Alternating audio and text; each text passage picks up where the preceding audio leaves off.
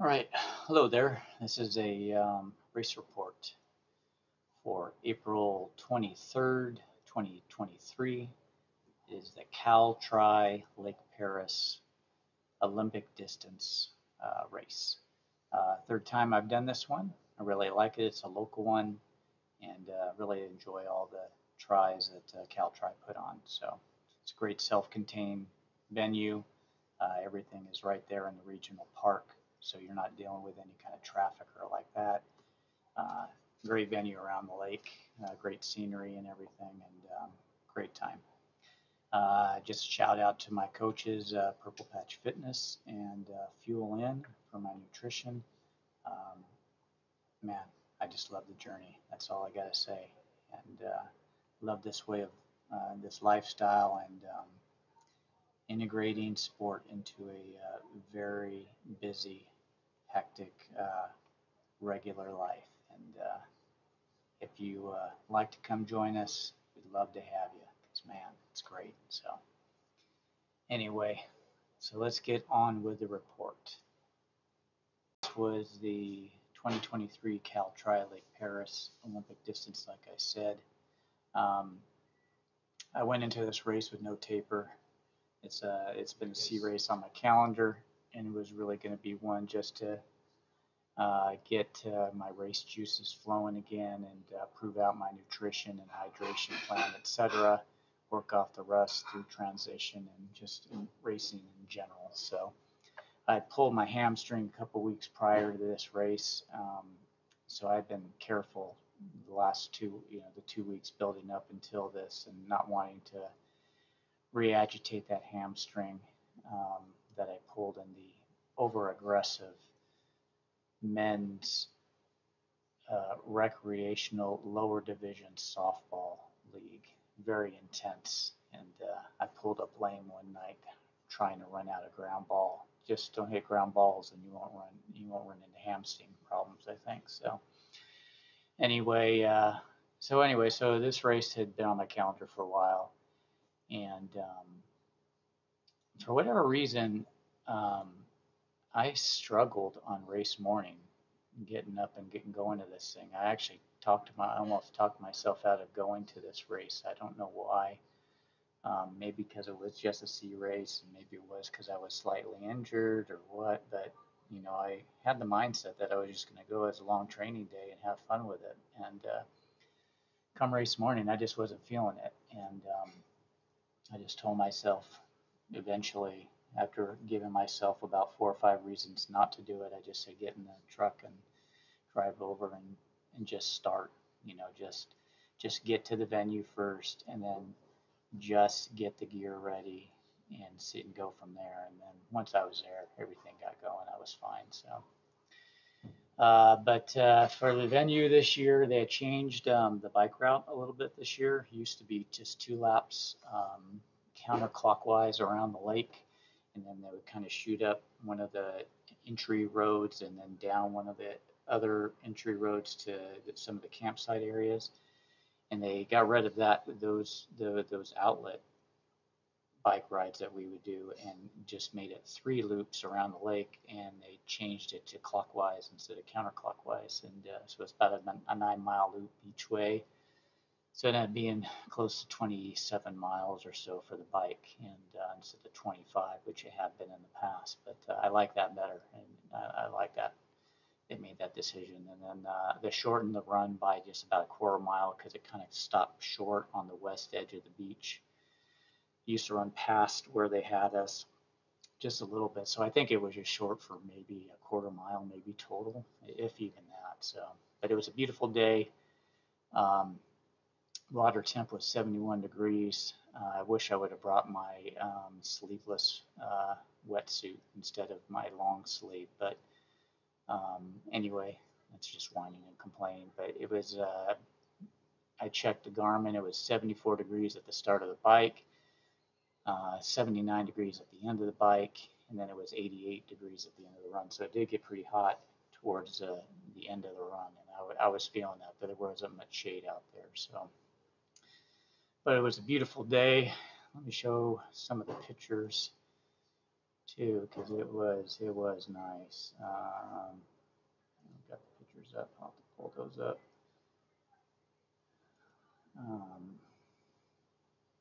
But yeah, just looking at these pictures actually, all these pictures right here, like on the run here, you can just see everything's in full bloom. Spring is definitely sprung, and just looking at these pictures activates my allergies even as we sit here in the garage, and makes my eyes tears up. But beautiful venue. I need a haircut too, as you can tell. So yeah, that's the setting. It's a great self-contained area. It's at the Lake Perris Regional Park. So you got to pay entry fee to get in, but then it's a self-contained area, so you're not dealing with outside traffic and whatnot. Really, really nice day. All right, so my nutrition for the day, I had a picky bar before swim, trusted picky bars, and then on the bike usually I'll do my maple syrup, but this time I just went clip blocks on the bike to chew on, as well as all my water. I had the pH fuel in there. I had 3 scoops in each 26-ounce bottle that I had, so I had 2 26-ounce bottles that I used on the bike. I'm gonna get to that. Probably should add a third, just water in case I needed it. But so anyway, so that ended up being, with this pH fuel in the water, with carbs in it, the picky, and right before the swim, and then the blocks also as well on the bike.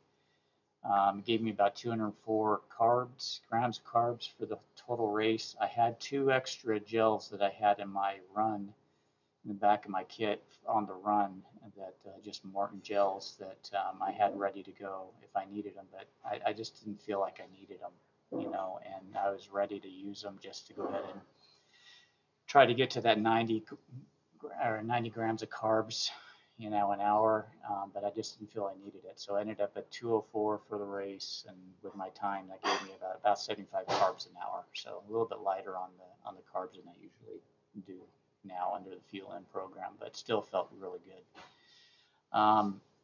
So the swim went well. I went out about mid-range of the corral of the swim, and I was passed by plenty of people. My swim fitness right now is not really that where I need it to be.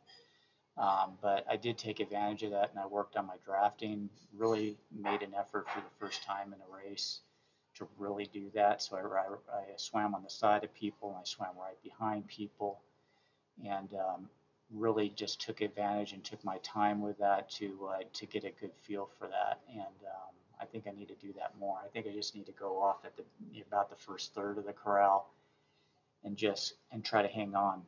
And but anyway, so the swim went kind of, the swim results showed I had a pace at around 203. My Garmin showed around 156 pace, and so it wasn't that great. I'm usually try to be at that 145ish or whatever. I'm not a real fast swimmer, but I'm usually in that 145 area, so I was definitely slow on the swim. Bike though, no one passed me on the bike. I mean, the whole time.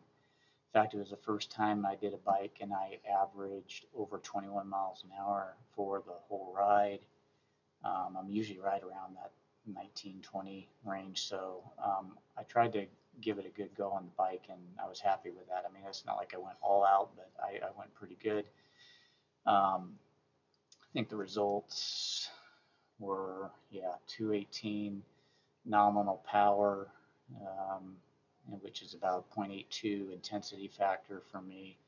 My heart rate was averaging around 154-ish. What's up, Gabby? And that was with about a 5% decoupling, so I didn't really fade. So I felt pretty good about that, as long as I can keep it under the 5% in the decoupling. So happy with the bike overall. I think it was 8th overall of the entire field of about 100, and so pretty happy with that. The run, I took it easy on the run. Like I said, I've been nursing that hamstring injury, so I didn't want to re-agitate that. So I took it kind of easy on the run. I could have went a little harder, I'm sure, but I just didn't want to push it. And I was feeling, to be honest, I was feeling pretty taxed anyway. I had about an 8:20 pace going the whole race.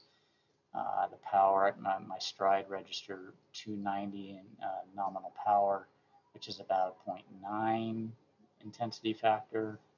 And my heart rate was pretty high. It was at 150, 157 average. So yeah, no, I was feeling the heat and whatnot. And even though the decoupling I think was only at 4%, and so it wasn't that bad, but I was taking it easy, definitely. Transitions too, I took easy. I didn't really try to go fast through those. I didn't want to cramp up, and I also didn't want to pull. I have a tendency to get that twitchy thing in transition, and I'll cramp up and cramp my legs, either my calves or my hamstrings, and I just didn't want to do that with my hamstring injury. So I took my time through transitions, and other than on T2 where I used the Pat Romano style of school and had everything in my hat ready to go. So as soon as I took off my bike shoes, put on my shoes, run shoes, I just grabbed the hat and ran out of the transition with everything in the hat and started put the belt on the run, put the nutrition in, and etc. and all that. So,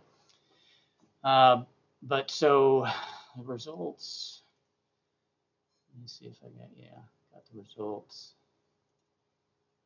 So the results is 18th. Oops. 18th overall, second in the age group, so I got the little silver there. I got podium as far as age group. Time was 2:46, which last year I was around 2:35ish, but like I said, they kind of changed the course around this year. So overall happy with it. Like I said, got second in age group. And that was out of about 100 people, I believe. Yeah, 99 people finished. So 18th overall, second in age group. I'm not even showing that on the screen, I'm realizing. So let me pop that up on the screen just to show, make sure that I have that to reference. So like I said, overall 246, second, 18th overall. Yeah, so then also it shows that I was 8th best at bike, which actually on the bike, that's a good point to look at that, just so I was looking at that. So that loop actually ended up being 8th overall for the Strava segment as well. And I think it's a relatively new segment. Only 136 people have done it. It's Angel Rodriguez. He's the guy that actually won the race. And so you can see out of all the top 10, all but 2 of them are on race day. So it was a pretty fast race. And guys and gals were getting around pretty quick. All right. So what else do I got to cover? I think that's about it. So lessons learned. Take away from that. I'm thinking I got to go for it on the bike. You know, it wasn't taxing on my run. I wasn't feeling it. So I think I can probably even go harder than I was going. Definitely on the Olympic distance and the sprint distance, I should just go full speed, give it everything I got. But I do like the overall, that power, that feeling, that nominal power. So at that point, about the intensity factor of like a 0.8, maybe 0.8182, I should try for the half distance for the 70.3. I think I'd be happy with that. And I think that wouldn't be too taxing for the run, which I think that's going to kind of be my goal. But this is the first time I've always been kind of tentative on the bike and wanted to feel like I needed to save it for the run. But definitely, I think I got the fuel in the tank to go ahead and go for it on the bike now. Like I said, I wish I would have had another bottle on the bike because I did finish the one that was in the front tank, and then I finished the bottle that I had on the back. I could have used probably another just regular water without the pH fuel in it. It was a hotter day, so I should have just did that. I just looked at my nutrition plan and I realized I only needed about that much of the water, but I should just have that. And if I don't use it, fine. It's not going to put that much of a drag, I think, on my bike. So Um, and then to go off, definitely from now on, I need to go off near the front of the swim and just stay on the heels of people and go ahead and not be afraid to draft either on the side or right behind people and just go for it and bang people and let them bang me if so need be. I do need more swim work, pool and open water. My times have flipped, so I definitely know I need to get back in there and really up that. So. But other than that, I was happy I did bring a water bottle for the run. I had that in my hat, and my Pat Romano style just grabbed it, and it was in there. And I did need that because I think they were short on volunteers that day. So the first water station wasn't until like 2.5 miles into the run. I mean, it's only a 6 mile run. And so I'm glad that I had that. If I didn't have that, I think I would have really been hurting. So I think that's something that I should always pack as well and have that on my run. If I don't need it, I can just toss it at the first station and just let it go as a disposable bottle. So, but that's probably a long-winded version of it. I think that covers everything. So thanks for listening. And what's on docket now? I think my next race isn't until another 5 weeks, and that's just going to be a little trail run and try to get some trail running in this year. So I'm going to do a 30K in about 5-6 weeks, and then the plan is to do a 50K in August time frame. So that's kind of what I'm going to be focusing on now, is building up some of my run. And but I need to get in the pool. I need to offset that with pool work, and maybe the bike will kind of take a less of a toll, but there you go. I just want to do them all because I like where my bike fitness is right now. So I may have a hard time falling away from that. So, but that does it. Lake Perris. You should try that one. Great self-contained little triathlon. About 30% of the people were newcomers too, so it was their first time. So it's a great venue for old timers and new timers. Less scary for sure because, like I said, you're not on the streets. It's all self-contained, and they got a course marked off and everything really well. So highly recommend it. All right, see ya.